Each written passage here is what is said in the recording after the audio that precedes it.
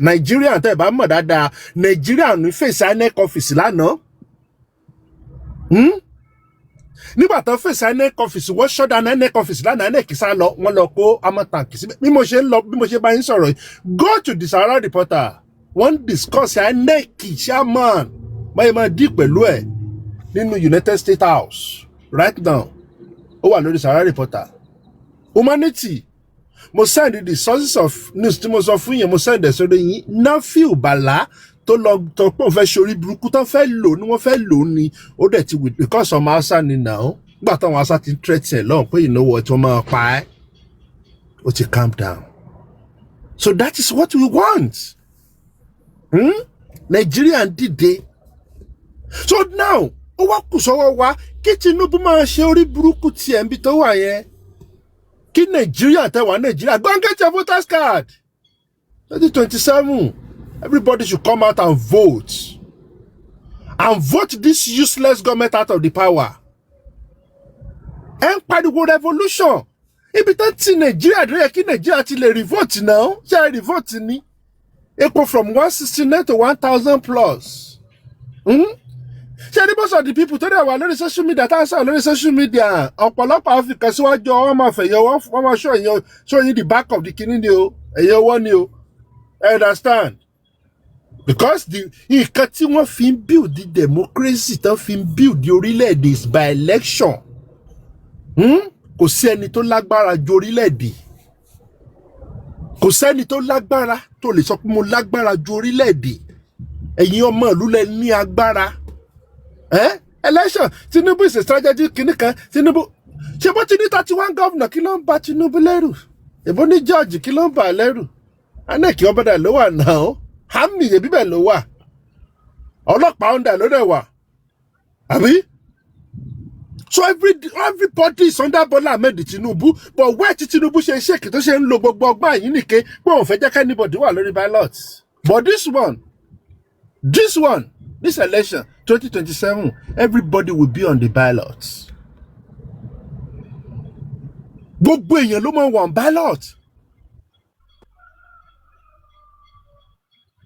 ẹ jọ̀ọ́ nítorí Ọlọ́run ó dà ń pé this time around gbogbo èèyàn ló mọ̀ wọ́n ballot wọ́n máa ṣe election ẹ jáde ẹ lọ gba káàdì yín election count ẹni tó bá sọ fún yín pé election count ẹ bè lọ́wọ́ ẹnìyẹn when last ni wọ́n ti dúró sí di election last show me your voters card lẹ́mọ̀ I'm living in America voters card mo máa ń gbé káàkiri náà ṣe it everywhere kò sí election tó ń ṣe mo mọ̀ pé election count Nàìjíríà mo mọ̀ dáadáa ìdùnnú politician ni pé ká ẹ jáde ká ẹ máa sọ fún àwọn yẹn pé I don't come out and vote o politician ò fẹ́ jẹ́ ká ẹ jáde ká ẹ vote now ṣé ẹ mọ̀ ni they don't want you to come out and vote so that the few people will vote so that I can use the opportunity to rig the election for themselves. ẹ lọ wo the number of people tó jáde London Obasanjo how many people what is the number in like almost 50-60 million ló jáde na London Obasanjo in 1999 the same thing 2003 they 07 they 11 they 12 but this Tinubu election how many people ló jáde because they tell the people not to go and vote and easy fún wọn láti ring but if people come out in mass like the way they did in Lagos State last election Tinubu lose it ni nígbà táwọn èèyàn jáde táwọn ẹ̀kọ́ jáde pé you know what this man have to go ilé tó rùn wálé kò ti tó náà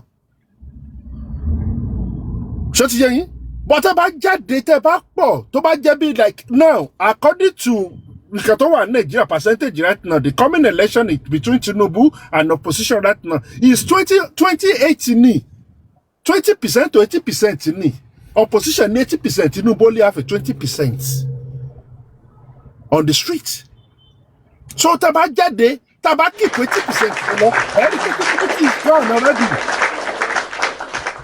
Tinubu is gone so tẹ́ bá jókòó tẹ́ bá mọ̀ nǹkan tá à ń ṣe revolution bí tá sún yín dé kí revolution ti ṣe náà. ṣe lè fi mí sí big screen torí pé èmi máa ń try láti wo research lórí nǹkan tó sọ ṣe lè fi mí sí big screen because at the end of the day I need defend money in Nigerian constitution is the citizen have right to self-defense. Yes, it is allowed. Ṣó ti yé yín allowing individuals to use reasonable proportional force to protect themselves, others, or property from imminent harm. The right is justified under the criminal law when defending against an attacker, provided the response is excessive or disproportionate to the threat.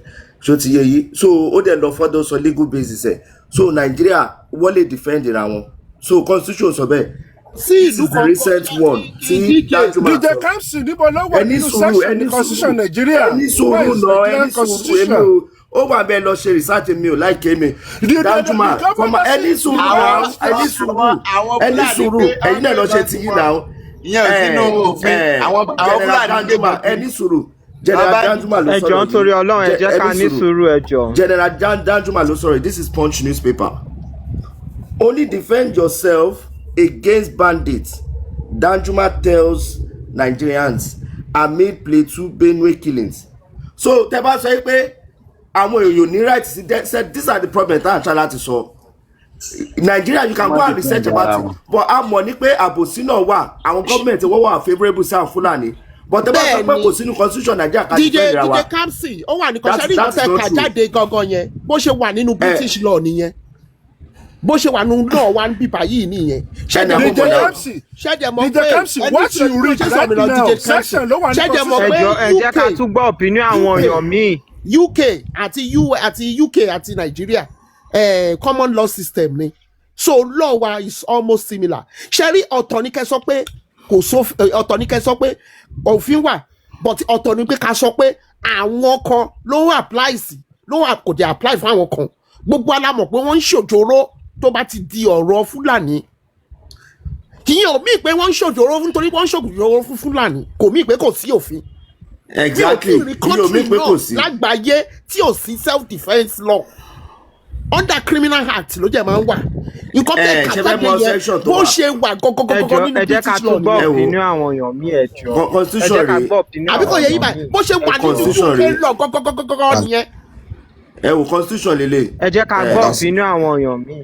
Ẹ gbé sí big screen constitution lele because mo fẹ́ ká Nigeria rí o ẹni sùúrù ẹ gbé sí big screen constitution lele ni mo ṣe. Wọ́n dá yín lóhùn sà. Self defence, what is self defence? Wọ́n dẹ̀ ṣàlàyé ẹ̀ síbẹ̀ ẹ lọ kà á ó wà ní section 33(2) criminal code. 33(2) ó nìyẹn bẹ̀ yẹn. Ẹ lọ kà á bẹ̀ Federal Republic of Nigeria Federal criminal mo ti gbàgbé constitution so ó wà ní constitution ní pé kẹ self defence ráyé òun ló fi ya fọ́tò yìí òun rèé téèyàn kan bá fẹ́ gún ẹ lọ́bẹ àbí kan bẹ́ẹ̀ yẹ. Ẹ má sọ fáwọn Nàìjíríà pé kò sí ní pé criminal similarity ni. Read it down. Hold on, DJ Kamsi. Read it down. Read it down. Ó wà bẹ́ẹ̀ èwo ní pé read it down èwo ní pé read it down. Hold on. Bẹ́ẹ̀ ṣe gbélẹ̀ ẹ sọ pé it's a crime for self defence. Wọ́n ní hold on. Under 33, not own or carry weapon. Not own. So carry weapon. So terrorist tó wá gbé bọ̀ ńkọ́. Terrorist tó wá gbé ńkọ́. DJ Kamsi. Mo ti gbọ́ yín. Hold on. Ìṣẹ́rí aláṣẹ. Hold on. DJ Kamsi máa gbọ́. Hold on. DJ Kamsi máa gbọ́. Listen, calm down. Nínú kọ́sẹ̀ tó lọ kà yẹn, wọ́n wá kọ síbẹ̀ pé not own ò gbúdọ̀ ní ìbọn or kó carry weapon. Ọ̀rọ̀ mi yé yí. Sọ pé ẹni sùúrù ṣé àwọn pẹ́ constitution Nigeria ṣé àwọn ẹni sùúrù ṣé àwọn pẹ́ constitution Nigeria allow ìbọn. Do you know any terrorist? Okay. A tún máa lọ sínú bí. Do you know Nigeria constitution allow gun? Only a gun. For you not, you are not a security agent. No. No, máa gbé jáde constitution. Constitution allow Nigeria common handgun. No. Constitution allow handgun. Nigeria lè hold handgun or pistol. No. Ṣé kí n gbé jáde? Ẹni sùúrù. Àní ó allow Nigeria to hold a handgun or pistol. Nigeria ní handgun now. Àwọn olówó Nigeria tó ní handgun nínú ilé. Mr. Jesse Kamsi almost gbogbo pastor Nigeria ẹ máa gbọ́ Mr. Jesse Kamsi almost gbogbo pastor ló ní handgun. Almost gbogbo àwọn pastor yín ló ní handgun. Wọ́n ní handgun now. Almost gbogbo àwọn pastor yín ló ní handgun. Wàsíù kan ní handgun. Wàsíù ó ní handgun. Wàsíù Àyìndé Màṣá. Yes, Wàsíù ní náà ó máa ń gbé jáde náà. Ó máa ń gbé jáde náà. Ó ti gbọ́ yí o. DJ Kamsi jẹ́ kí n bèrè question kan lọ́wọ́ ẹ. ṣé o ti ever ní. ẹ jẹ́ ká gbọ́ opinion àwọn èèyàn mi ẹ jọ̀ọ́ torí Ọlọ́run. DJ Kamsi make Nigeria great ẹ jẹ́ ká mọ opinion àwọn èèyàn mi ẹ jọ̀ọ́. DJ Favour jẹ́ ká máa correct kankan ká tó sọ sórí because àwọn tó ń gbọ́ yín pọ̀ ṣé ọ̀rọ̀ mi yé yín anybody can come to the social media and say this and that. Ṣé DJ Kamsi ṣé o ti involve in any thing with Nigerian police rí authority in Nigeria? I ti involve pẹ̀lú wọn. Law nígbà mi máa ń wà tó ti yẹ yìí ó máa ń favour one tribe to another.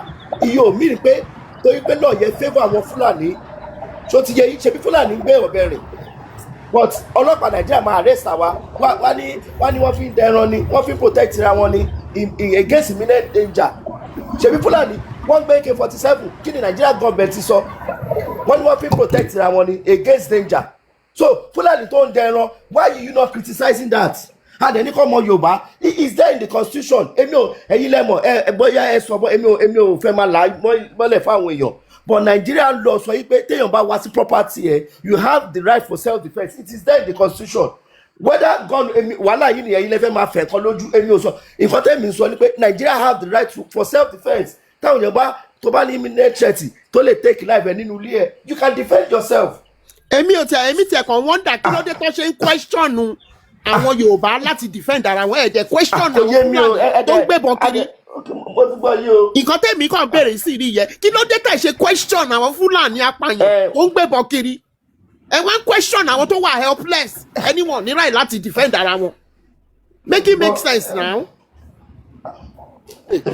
DJ Fúlàní tó ń gbébọn they call them terrorists you are not a terrorist and to call them. Fúlàní wo ló ń pè terrorist Fúlàní wo ló ń pè terrorist bandit ló ń pè Nàìjíríà ló kò wọ́n terrorist irọ́ ni S-man wọ́n kò wọ́n terrorist o they no call S-man terrorist láyéláyé the terrorist bandit láyé ẹ lọ sí níbi tí Nigerian constitution pé Fúlàní S-man ni terrorist. Let me give you one assignment. Brother mi laptop wọn àwọn tún bí educated person yóò lè bá sọ̀rọ̀ bí like. Whoa, you have a right to carry gun. Ma gbọ́ mi now. You have a right to carry gun. But DJ, ẹ má fi ọ̀rọ̀ sí mi lẹ́nu.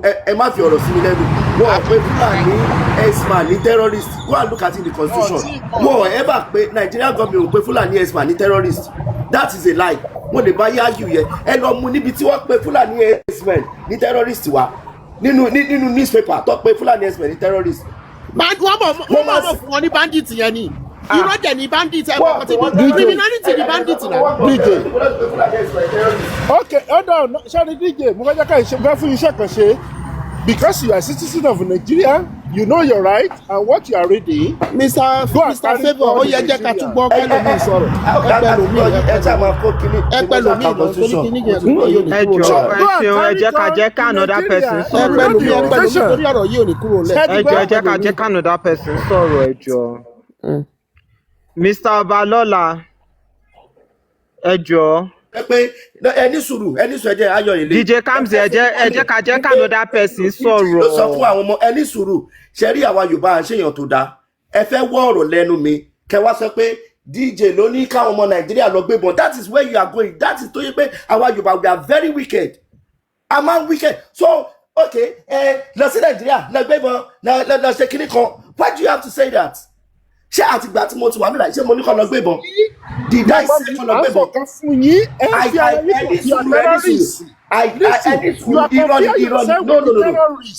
Irọ́ ni I did not side with any terrorist. But you are telling Nigeria that they are catching Fúlàní gbébọn ọmọdé ìsọkúnsọ pé the government already declared them as a terrorist. Ẹ lọ sórí Ọlọ́run ẹ má jẹ́ ká fi ọ̀rọ̀ tí ò ní ìtumọ̀ implicate ara wa jọ ẹ má jẹ́ ká fi ọ̀rọ̀ tí ò ní ìtumọ̀ implicate ara wa. DJ Kamsi is alright ẹ má jẹ́ ká fi ọ̀rọ̀ tí ò ní ìtumọ̀ ti àkóbá fara wa jọ. Ẹ jẹ́ ká lock up. DJ Kamsi ẹ má worry ẹ jẹ́ ká jẹ́ kí Mr. Balola sọ̀rọ̀ ẹ jọ̀ọ́ nítorí Ọlọ́run wọ́n ti wà pẹ̀lú wa látàárọ̀. Mr. Ades ẹ jọ̀ọ́ tí Balola bá ti sọ̀rọ̀ ẹ̀yin náà ẹ máa make contribution yín ẹ jọ̀ọ́ gbogbo brother Muslim Christian brothers Christian sister ọ̀la ní Easter ẹ jọ̀ọ́ ẹ ṣe Easter fún mi, ẹ jọ̀ọ́ nítorí Ọlọ́run. Ọba lọ́la, ẹ go ahead.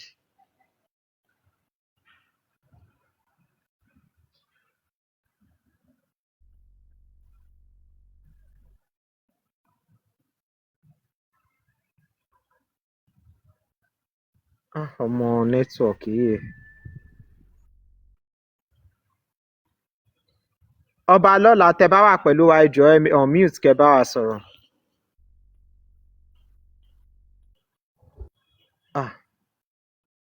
Okay. Ọba lọ́la, mo ti ń try àti unmute yín lọ́dọ̀ mi bọ̀ kò lọ. Okay. ẹ̀yin lẹ Ọba ẹ̀yin lẹ lọ́la. mute ẹ̀yin lẹ ẹ káàsán ẹ káàárọ̀ Okay. ẹ káàárọ̀. Yes sir.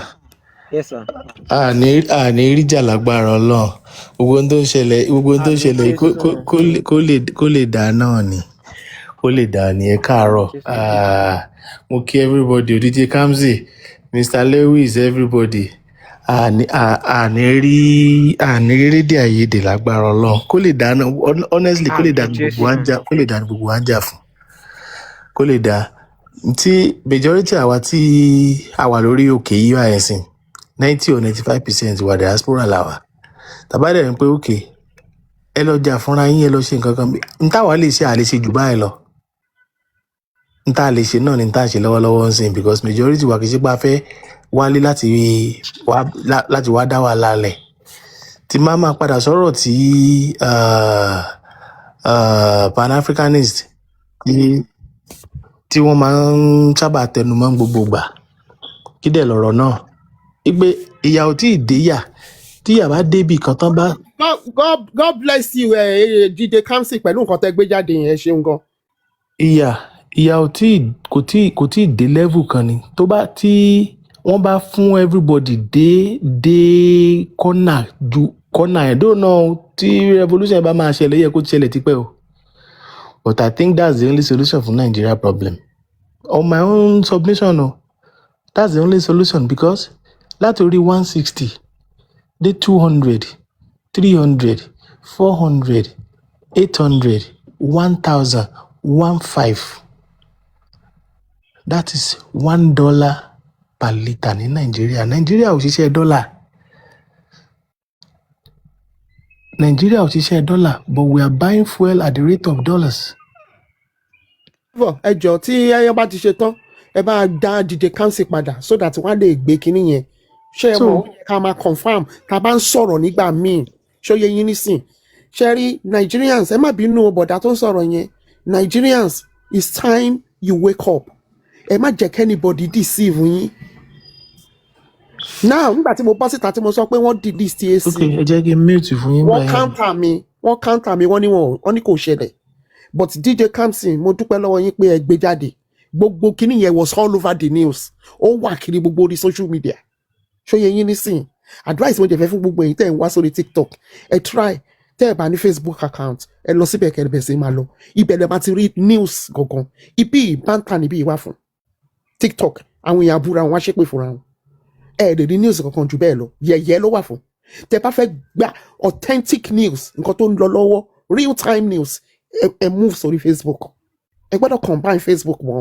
TikTok yín àbí kò yẹ yín sìn so ẹ má jẹ́ kí anybody máa tàn yín kiri don't be deceived tá a bá sọ nǹkan báyìí wọ́n fẹ́ banter tá a bá fẹ́ sọ nǹkan báyìí wọ́n fẹ́ counter ṣùgbọ́n mo dúpẹ́ lọ́wọ́ DJ Kamsi tó lọ gbé jáde ṣe ti rí bẹ́ẹ̀ báyìí nísìn so let's be careful ṣẹ́rí let's be careful eléyìí 1 minute mo jẹ́ ní pé kẹ́ ẹ sáré fún mi lẹ́ẹ̀kan yẹn ṣẹ́rí nǹkan I'm from a legal background nǹkan tí mo jẹ́ ní teach university nìyẹn ṣé yẹn yín sìn I have my masters I have my bachelor and I have my master's degree in law mo dẹ̀ tún ní additional 3 degrees in education tó ṣe pé at master's level ó di master mélòó ó di 4 mo ṣe wá ní doctorate degree nínú business and mo dẹ̀ ní degree kan in health ṣe rí pé I come from a diverse background but rọ́lọ́ọ́lọ́ bí mo ṣe máa ń sọ̀rọ̀ I teach law and business ní university ní UK ń bíbá ṣe rí law wa ń bíbá àti títí Nigeria is almost similar. Common law là ń pè. Common law jurisdiction ní Nigeria wà under UK. So law tí mi ò need láti padà lọ wá law Nigeria. Tí n bá ti get hold of law títí UK bí báyìí, màá make decision mi based on nǹkan tí mo rí. Mo mọ̀ pé kíní yẹn náà ó wà applicable Nigeria. Ó wà ní Nigeria. Nǹkan tá a bá ṣe ń ṣe Nigeria nìyẹn. Bẹ́ẹ̀ mi ṣe máa ń ṣe nìyẹn. Sherry, Sherry nǹkan tí DJ card depositor bó ṣe wà nínú law wa gangan nìyẹn. Àwa ní Nigeria copy. Kò sí country tó ní self defence law. Mo fẹ́ kẹ́ mọ̀ yẹn. You have the right to defend yourself. Níbo ló ti wà nínú òfin pé Fúlàní lè máa pààyàn kiri kó máa gbé AK-47 kó máa pààyàn kiri. Sherry, tí ọ̀rọ̀ bá ti dé ojú ẹ̀, ẹ má jẹ́ kẹ́nìbọ̀dì tàn yín. Don't be deceived. Ẹ má gbàgbé pé wọ́n ṣe counter pé wọn ò di list APC náà dédé. Bẹ́ẹ̀ náà lọ ṣe counter ẹ̀ ní pé kò sófin tó jọ bẹ́ẹ̀. Tó bá ti dójú ẹ̀, tẹni tó bá kú òun ló ṣègbè. Ìkan tí DJ ń try láti sọ fún yín ni pé defend yourself. Right yín ni. It's your right. Fi tó sọ pé Fúlàní kó máa pa àwọn ọmọ Nàìjíríà kiri. Kó máa gbé AK-47 ẹ̀jẹ̀ bá mute ẹnìyẹn. Kó máa gbé AK-47 kó máa pa àwọn Nigerians kiri ẹ̀jẹ̀ bá mute fọ́ lọ́wọ́. Òfin wọn kò sọ́fin tó sọ bẹ́ẹ̀. So ẹ jọ̀ọ́, Ọlọ́run jẹ́ ká pàdé ikú. Ṣùgbọ́n Nigeria is not promising. Nigeria were promising. Ẹ defend ara yín. Òun là ń tà láti sọ yẹn. A ti argue lórí nǹkan méjì bíbá ẹdẹ ni. A jẹ́ ti confirm ẹ̀ pẹ̀lú paper. Ṣé ti bẹ́ẹ̀ yẹn sìn? Don't be deceived. For those of you then rely lórí election. Kò sí ADC mọ́. Legally ni mo sọ ń sìn. Lórí street ADC wà. Wọ́n ń pariwo kiri. But legally lọ́dọ̀ I.Nec wọn ò ní wọ orí ballot kankan. Wọn ò ní wọ ballot paper torí wọ́n ti delist wọn. No, nǹkan tó ṣẹlẹ̀ lélẹ̀ mà. Ṣé rí àmọ́ nǹkan ẹ ní láti ṣàlàyé nǹkan tó ṣẹlẹ̀. Àmọ́ nǹkan tó ṣẹlẹ̀. Ṣó yẹ yín sí ṣùgbọ́n. Ẹjọ́ ẹ jẹ́ kí ẹ mọ̀ tó ṣẹlẹ̀. Ẹ jẹ́ káwọn opinion máa wá. Ẹ jẹ́ kẹ́bọ̀dì give opinion. Ẹ jẹ́ kó clarify due to video yẹn ẹni sùúrù ẹ jẹ́ ká jẹ́ kí ọba lọ́la sọ̀rọ̀ ẹjọ́. Ẹ jẹ́ ká jẹ́ kí ọba lọ́la make submission. Ẹ jẹ́ ká jẹ́ kí make submission wọn. Mo fẹ́ clear ni. Ẹ jẹ́ ká jẹ́ kí ọba lọ́la make submission wọn ẹjọ́. Ọba lọ́la dà. Ẹni sùúrù máa gbé wọn padà sókè. Ọba lọ́la dà. Tani ọba lọ́la. Ẹni sùúrù máa gbé wọn padà sókè. Ẹ jẹ́ kó wá sókè náà. Ẹ jẹ́ kí n sọ̀rọ̀ náà. Ẹ gbé sí bigger screen. Ṣé ẹ kọ́kọ́ gbé sí bigger screen ẹni sùúrù. Ṣé rí àwa náà tá à ń sọ̀rọ̀ tá à wà ń lo ìbá à ń ṣe research ra wa. Bọ́ mo kàn fẹ́ ro àwa Nàìjíríà. Ẹ yé máa fi ọ̀rọ̀ sí wa lẹ́nu. Ọ̀rọ̀ téèyàn ò bá sọ kò dáa. Àwọn ọ̀rọ̀ míì náà máa ń wà tó yẹ pé ọ̀rọ̀ yẹ kò dàbí pé ẹ fẹ́ implicate èèyàn. So ti yé yìí, I give you instance, ó wà nínú Nigerian constitution, ó lè ní handgun, ó lè ní pistol. There's so many Nigerians, but they give example ní pé Kwamo ní pistol. Everybody knows that. Ó dẹ̀ máa ń rìn pẹ̀lú ẹ̀ all the time. Tí Nigerian law bá fàyè gbà, Kwamo ló lè ní ọwọ́. So ti yé yìí. Ó wà láti acquire ìtàn kó gba license. Exactly. That was what I was explaining. And they fẹ́ bring it out of proportion ní pé DJ Kamsi ṣé Nàìjíríà wọ́n máa fi kíní pa kó dáa àwọn nǹkan bẹ́ẹ̀ yóò dáa. Another thing mo dẹ̀ tún wá sínú constitution ní pé self defence wà ń bẹ̀ but you want to bring it out of proportion. Nígbà tẹ́ fẹ́ bẹ̀rẹ̀ ẹni ẹ̀yẹ ọmọ Nàìjíríà mo fẹ́ bá yí wí kò sí kankan lè defend ra yí o criminal offence ni mo fi ní what criminal offence kéèyàn defend rẹ̀ yẹn òun ni mo fi lọ sí self defence and it's written there. Ìgbà tẹ́ ti fẹ́ sọ̀rọ̀ any word the list ADC mo dẹ̀ try láti research pẹ̀ ó wà bẹ́ẹ̀. The last one tí ma fi end ni mo béèrè lọ́wọ́ Google ni pé is Nigeria constitution is it there kí ló ń dùn yìí. Ó ṣe mú tẹni yẹn náà ẹ wà ń bẹ̀ náà. Ẹ mute èèyàn yẹn. Mo béèrè lọ́wọ́ ní pé in the Nigerian constitution are Fulani herdsmen called terrorists. Ó ní no. Kò sínú constitution Nigeria pé Fulani herdsmen wọ́n pè wọ́n terrorists. That is tẹ́mi bá sọ̀rọ̀ mo mọ̀ nǹkan tí mò ń sọ mo kàn déédéé sọ and you want to bring out of proportion ní pé wọ́n pe Fulani herdsmen ẹni ṣé kọ́mọ Yorùbá di terrorist ni. And I'm giving you instances.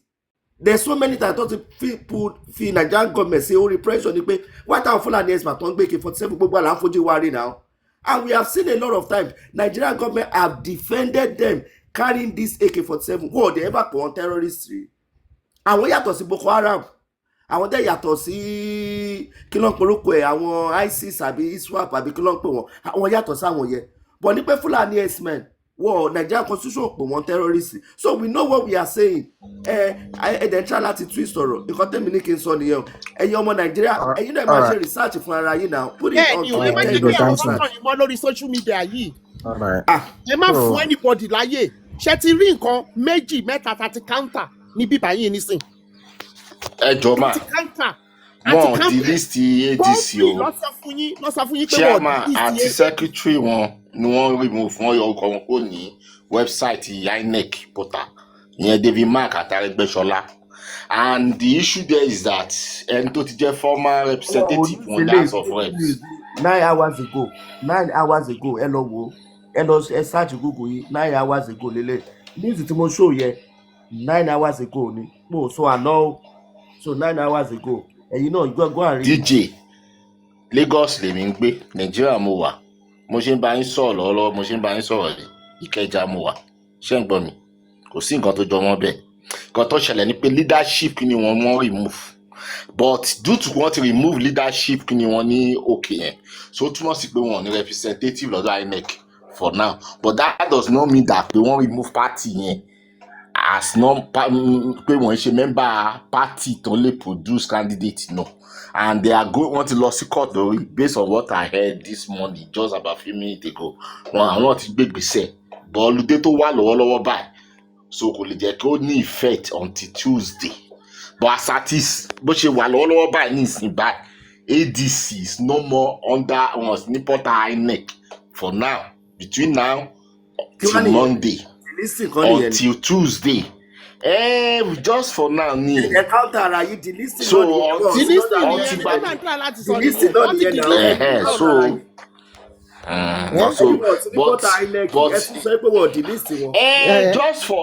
just for few days Mr. Jesu it's not that Mr. Jesu yes ma legally sir until the list for now wọ́n ti delist ADC bí ìmọ̀ nǹkan tó máa ṣẹlẹ̀ lọ́la lọ́tùnla o but right now bẹ́ẹ̀ ni àti ń ṣe sọ̀rọ̀ wọ́n ti delist ADC kò sí nǹkan tó ń jẹ́ ADC of course for now of course not that I.Nec o not that part not that I.Nec lábẹ́ I.Nec but no change fact pé ADC will exist more so yẹn náà ẹ jẹ́ ká tún fi yẹn náà sínú ọ̀rọ̀ wa náà so that àwọn èèyàn ní wà confused people are having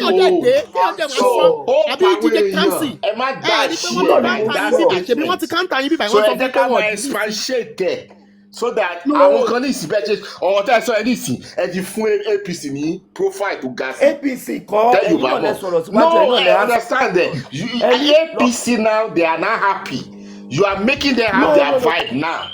Any sùúrù ẹ̀yin lẹ sọ sí ni pé wọ́n ti delete one die. The way they are feeling now I understand mo sọ so ṣé wọ́n delete one die. Yes àwọn fi deal pẹ̀lú Tinubu they are sad now mo nǹkan tí mo sọ ẹ try láti get point mi ò sọ pé nǹkan tẹ́ sọ rí bẹ́ẹ̀ o ohun tẹ́mi sọ ní pé àwọn ló benefit news tẹ́ sọ nísìnyí àwọn ló máa benefit ẹ̀ APC ló benefit ẹ̀ ṣé Nigerians benefit ẹ̀ no because Nigeria now is sad mode now fún news tó gbọ́ ẹ̀ so APC now they are now rejoicing so until so nǹkan tí àwọn èèyàn láti sọ ní wípé we should give Nigerians an alternative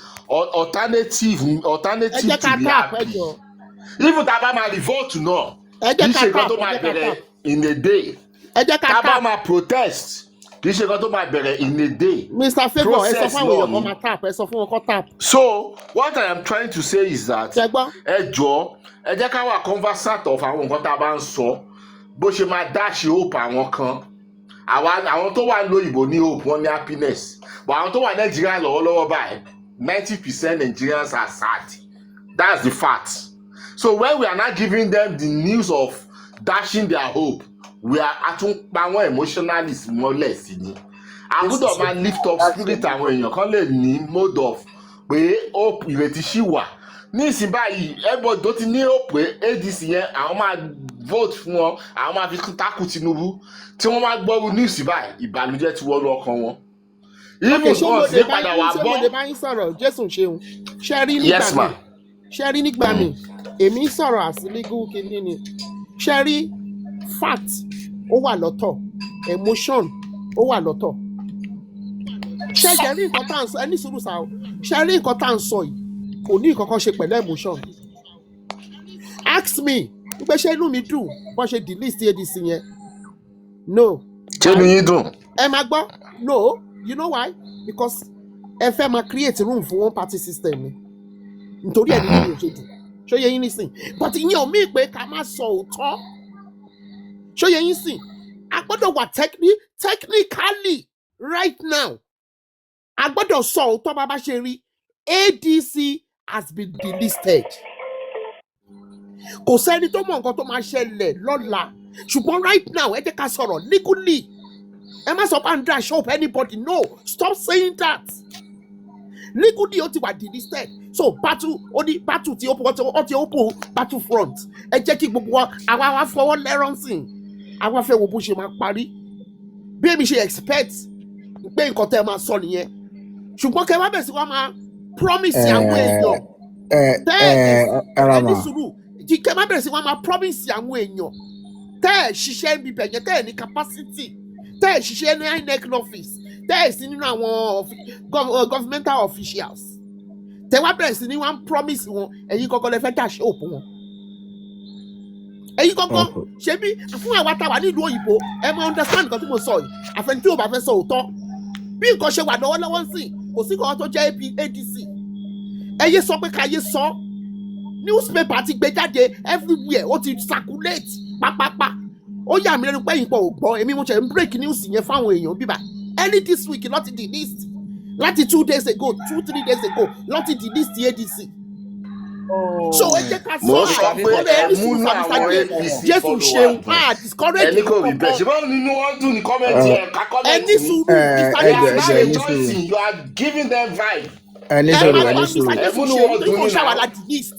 sùúrù ẹni sùúrù ní láti máa sọ bẹ́ẹ̀ ṣe sọ with confidence pé ẹni sùúrù ẹni sùúrù Mr. Ades ẹjọ ẹ make contribution yín Mr. Ades. So ẹ̀wọ̀n tá a bá wà lórí platform báyìí sometimes a máa ní láti máa control emotion wa because tá a bá ti lè control emotion wa a ní máa gbọ́ra wa yé sometimes.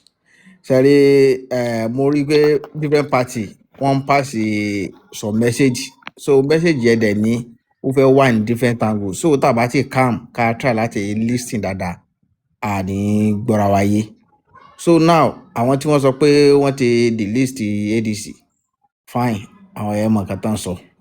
Àwọn táwọn náà try from other side mo rò pé ibi táwọn ẹ̀yẹ tí wọ́n á gùn ibi táwọn ẹ̀yẹ tí ń wá táwọn ń give ni pé kẹ́ má máa give option kẹ́ má máa give opinion wípé àwọn ADC wọn ní wọ ballot post pé wọn à lè ever wọnú election pé ADC ò lè wà wọn ní contest for election ẹnu point wọ́n sì pé okay wọ́n delist wọn o but àmọ́ nǹkan tó lè ṣẹlẹ̀ lọ́la o wọ́n lè padà register wọn bóyá anytime from tomorrow kò sí anybody tó máa wọn but ká má confam ká má ti máa sọ pé okay o wọn à lè ever part of the election pé wọn à lè wọnú ballot box so tá a bá ti ń give assurance yẹn tó a ti ń sọ pẹ̀lú confidence pé kíní ó ti ń look like pé a ti ń decide àdẹ̀ tí ń wo pé nǹkan tó máa ṣẹlẹ̀ nìyẹn so ká sọ fact okay fine wọ́n ti delist wọn o and nobody know wọ́n lè register wọn dẹ̀ lè má register wọn is there everybody máa rẹ̀ tó bá fẹ́ jiyàn ẹlòmíì lè argue blindly ó máa mọ̀ pé òun argue blindly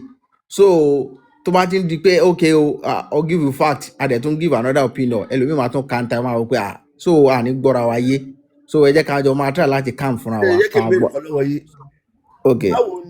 báwo ló ṣe wá dé stage pé ṣé ADC ṣé wọ́n ń sún ẹ̀gbẹ́ ni báwo ló ṣe di stage pé. táwa náà lè sọ̀rọ̀ Mr. Abike everybody kan máa sọ̀rọ̀ lọ nítorí ẹni sùúrù lẹ́wù ṣe jáde ká ṣẹlẹ̀ kọ̀ọ̀kan.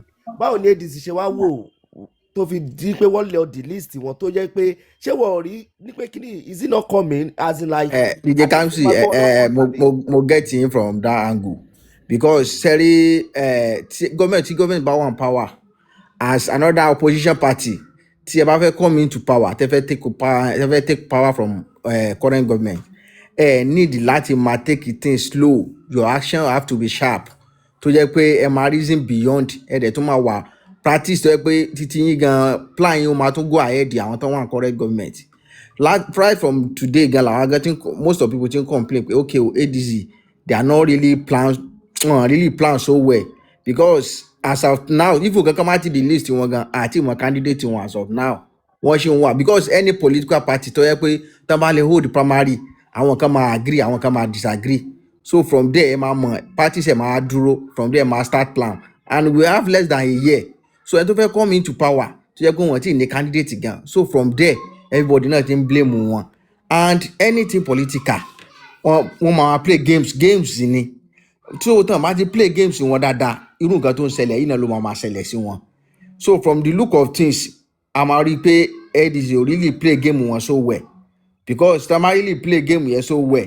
Gbogbo nǹkan tó ń ṣẹlẹ̀ sí wọn yìí wọ́n máa ti move a pass behind wọ́n máa ti kúrò ní stage tán wà báyìí lẹ́nìí another stage ló yẹ kán wà báyìí so gbogbo stage pé as a register party àwọn president candidate vice president and all that ó yẹ kán ti move beyond that ká ti máa mọ̀ kókè ẹni báyìí ni so ẹni yìí kí everybody máa support and all that so for me mo rí i pé wọ́n plan game wọn yẹn so well from the fact ká sòótọ́ fúnra wa wọ́n plan game wọn yẹn dáadáa so yẹ wà ń bẹ.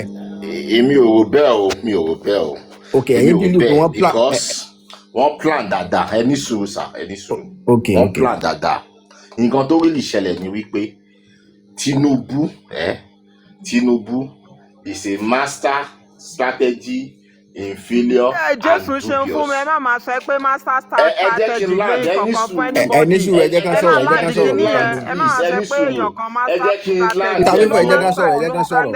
ẹ jẹ́ kí n sọ̀rọ̀ ẹ̀dẹ̀ ní kí n ní sùúrù mo ní mo fẹ́ sọ̀rọ̀ ẹ ọ̀rọ̀ jẹ́ ẹ̀ tí kí n ló sọ̀rọ̀ fi lọ ṣáà ní sọ̀rọ̀ ṣẹ́rí ni. Tinubu is ẹ a ti Jésù bá ṣe tán bá ẹ sọ̀rọ̀ tán bá ti master ṣe tán bá ti Ẹ sọ̀rọ̀. jọ̀ọ́ ẹ ìdí má tí máa mo sọ fi sọ yẹn bí, ẹ má pé máa sọ yẹn bí báyìí, ẹ má máa sọ yẹn bí, ẹ má máa praise èèyàn kan bí báyìí ẹ jọ̀ọ́. Ẹni tí ò lè ṣe ná tí ò lè ṣe ọ̀nà tí insecurity ń lọ lẹ́ ń pè ní master strategy. ẹjọ́ torí Ṣé Ọlọ́run kéèyàn smart sí ọ̀nà tí ò dáa ni? ẹjọ́ torí Ọlọ́run ẹ jẹ́ kí n sọ̀rọ̀ kẹ́ ẹ̀ mute mi Ẹ má after ẹ̀ sọ tí fún mi ní mínítì náà ẹ má sọ mi ò pé tí ì ti sọ̀rọ̀ master látàrọ̀ tí mo ti strategy ni. wà níbà Ẹ má sọ pé master ẹ jẹ́ kí strategy n ni land mọ́. ẹ jẹ́ kí mi land ẹ jẹ́ kí mi land Ẹ má land pẹ̀lú master strategy pẹ̀lú ẹ̀ mọ́. Ẹ ń ká má praise sọ èèyàn kò sí master mọ́ kò sí kankan.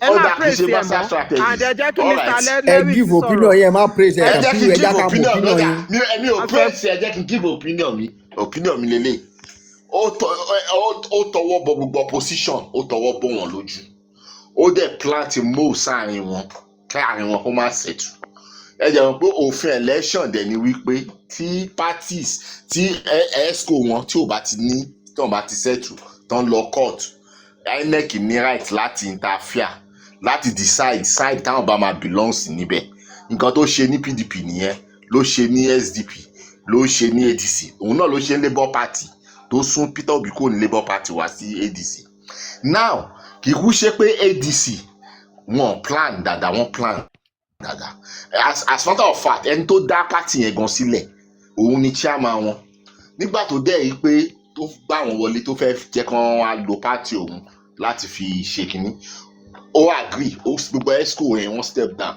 ṣé àwọn pé Kachukwu Dumebi Kachukwu ní ADC fàkalẹ̀ ní 2023 ní ADC òun ní wọ́n kọ́kọ́ fẹ́ lò against wọn gba tí Kachukwu realize pé àwọn APC ń lo òun indirectly láti fi destroy ẹgbẹ́ yẹn ni ó withdraw case ẹ̀ kó ní court because òun náà gbégbèsè lórí àwọn Arẹ́gbẹ́ṣọlá David Mark bí wọ́n ṣe take over esco meanwhile ẹni tó ní ẹgbẹ́ gangan ló hand over ẹgbẹ́ fáwọn David Mark àwọn Arẹ́gbẹ́ṣọlá ńkọ́ ló hand over fún wọn so nígbà tó dẹ̀ tí wàá rí báyẹn tí Kachukwu ti realize pé Tinubu ó ń dọ́gbọ́n lòun lẹ́yìn láti fi actualize ìkíní ẹ̀ ó withdraw case ẹ̀ kó ní court ó dẹ̀ back out kó ní ẹgbẹ́ yẹn then eléyìí tó wá wà bẹ́ẹ̀ tó gbé wọn lọ kóòtù yìí tó kọ́ọ̀sì delist wọn yìí bọ̀bọ́ yẹn ti fi ẹgbẹ́ wọn lẹ̀ láti last year June yẹn máa yẹn ó dẹ̀ òun nìkan dẹ̀ ní representative ti party yẹn ní tó ń win under party yẹn lọ sí senate ó dẹ̀ ti kúrò ní party yẹn ó ti kúrò bẹ́ẹ̀ it's no more their member at the party ó gbé ó kọ open paper ó wà lórí internet ó kọ open paper pé òun denounce membership wọn the same guy yẹn ló wá sùn wọn pé torí pé òun ni vice man to hand over party fáwọn Arẹ́gbẹ́ṣọlá ńkọ́ so therefore automatically òun ló yẹ kóun jẹ́ chairman ẹgbẹ́ yẹn òun ló yẹ kó òun arrange àwọn new exco. So for that reason alone, so therefore INEC kò gbọdọ̀ recognize David Mark, Arẹ́gbẹ́ṣọlá àtàwọn tó kù, òun nìkan recognize. The same INEC tí ó lè recognize àwọn Bàlá, àwọn kìíní fashion, àwọn Mákindé ní PDP tó lọ court, tó yẹ pé wọn dúró de court judgement tó fi endorse kákọ́sí bọ̀bọ̀ Abuja yìí Wike, the same kò lè apply the same òfin tó apply bẹ́ẹ̀ yẹn kó apply fáwọn ADC ẹni gbé wọn lọ court sọ fún pé kò ní right whatsoever láti sue ESCO, and beside tó bá tẹ̀ máa wá contest wípé ó máa right sí party. So for that reason alone they now told him that wípé kò ṣẹjọ́, ìyẹn ni wọ́n fà nìyẹn wá lọ sí Supreme lórí matter yẹn. Supreme ò tí ì sit lórí matter yẹn, INEC ti deregister David Mark, Arẹ́gbẹ́ṣọlá, gbogbo àwọn ESCO yẹn ó delist wọn. So as gbàdúrà ti delist wọn, ó túmọ̀ sí pé ADC ò ní representative kankan lọ́dọ̀ INEC ní INEC portal.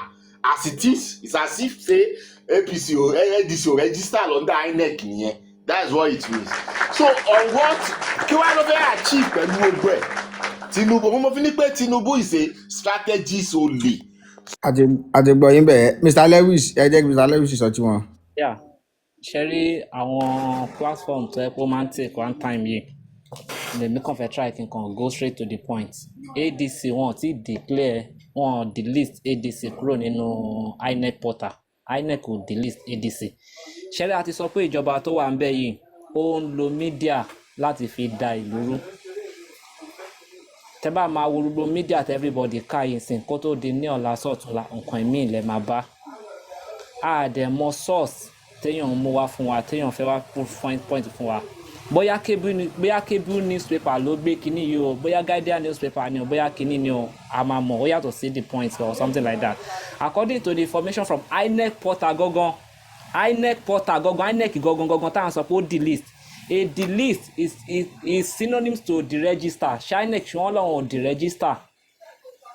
INEC stop recognition all function of ADC party. Simple as ABC.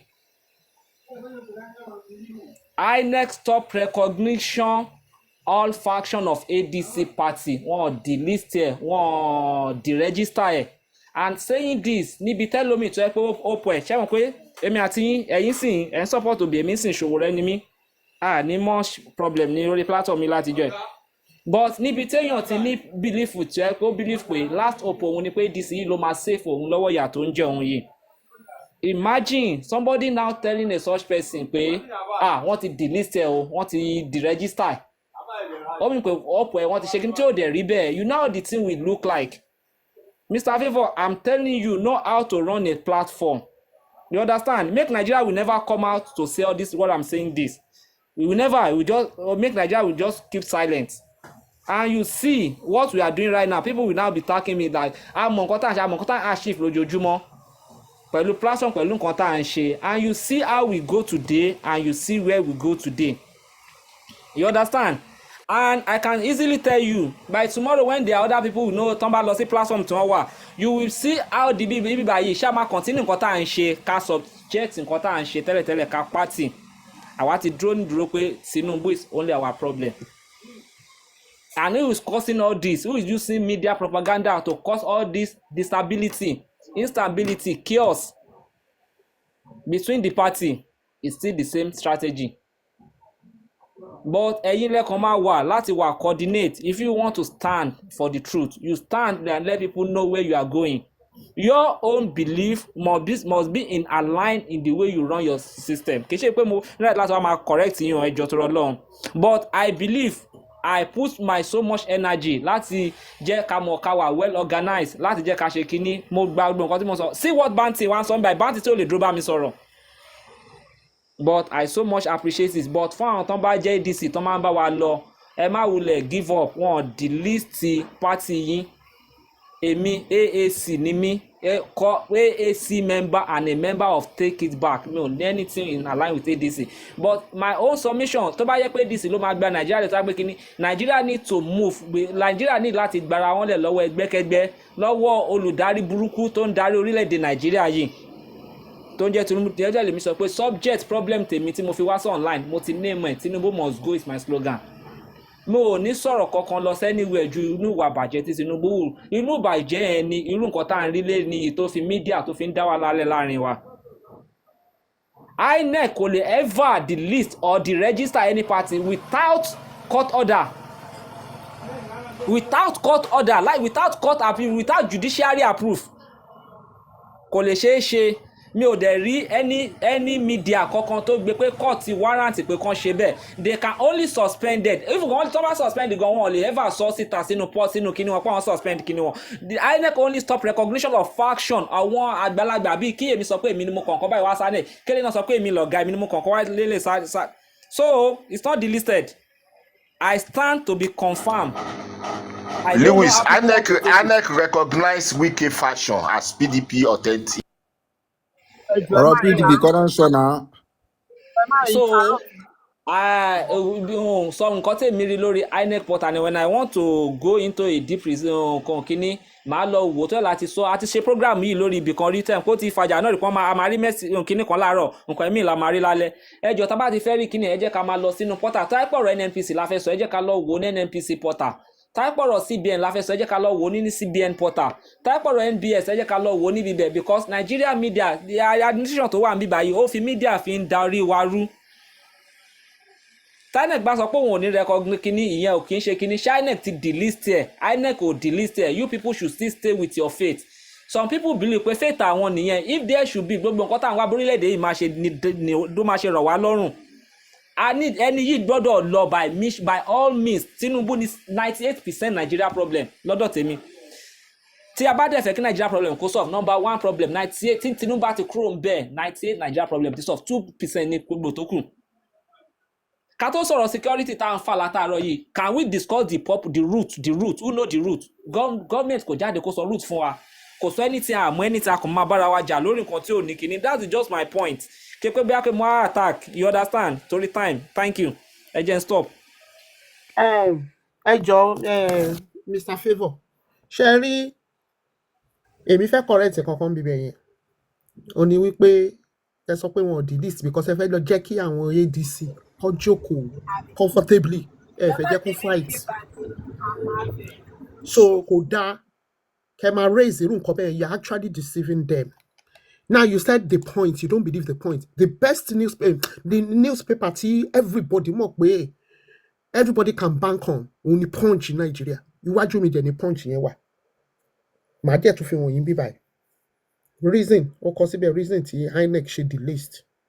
Àsàtàná gbogbo nǹkan tá à ń sọ yìí. Àwọn èèyàn ti lọ́wọ́ ti lọ demonstrate iwájú I.Nec. À ń sọ fún yín pé ẹgbẹ́ síta I.Nec ibo ní kíní reference. So jẹ́ kí n sọ̀rọ̀ mi tán. Àwa àìmọye nǹkan tí ní jẹ́ kí n sọ̀rọ̀ mi tán. Mi ò interject ìgbà tó ń sọ̀rọ̀. Ṣé rí ànáwó nǹkan tá à ń sọ yìí? Àwọn èèyàn ti lọ wọ́n mà ti lọ protest lánàá tó gbé amọ̀ tank tó gbé gbogbo ẹ̀ tí ò bá rí o. Nínú làwọn army ti dúró everybody wọ́n ti dúró di everybody lẹ̀ bó ṣe gbọ́ pé wọ́n ń bọ̀ wọ́n máa protest wa. People are already going now. People are already protesting it. Àbí Mr. Jesu ṣeun ṣé òótọ́ kọ́ ni pé wọ́n protest lánàá?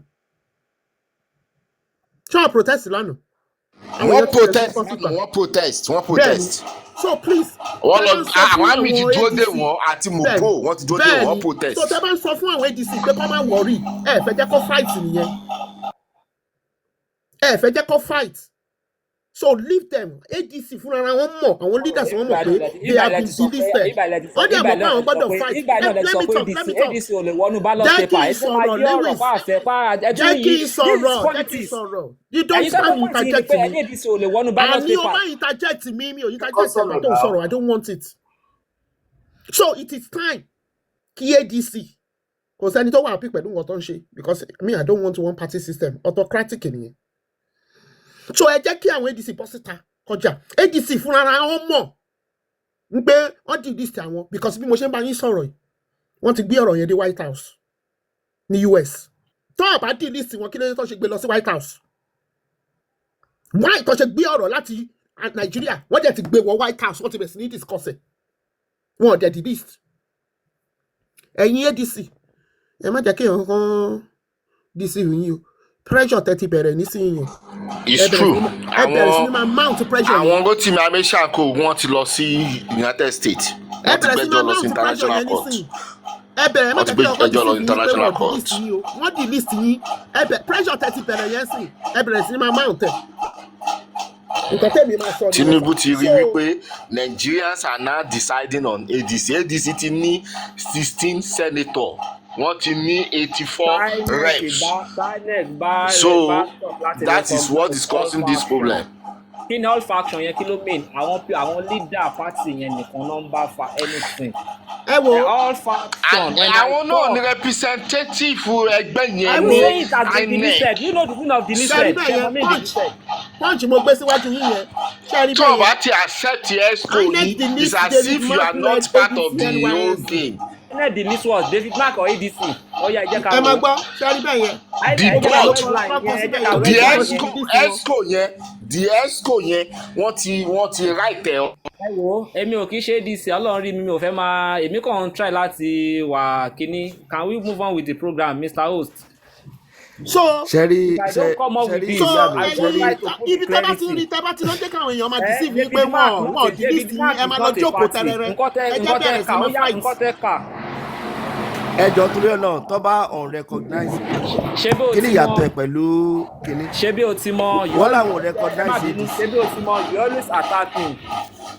èmi kọ́ mo ní intelligent ẹ̀ ló bá lè ní ESCO you can easily come up. ADCS. ti rí ohun tí a mú wá fún wa lénìí ẹ bá wa like ẹ bá wa share ẹ bá wa subscribe sí orí Òjíṣẹ́ TV ẹ bá wa tẹ notification bell sí àtàwọn bá tún mú àwọn àkọ̀tun wá fún wa ẹ̀yin lẹ́wọ̀ kọ̀ọ̀kan máa rí títí di ìgbà tá ò tún máa pàdé lórí Òjíṣẹ́ TV ó dàbọ̀.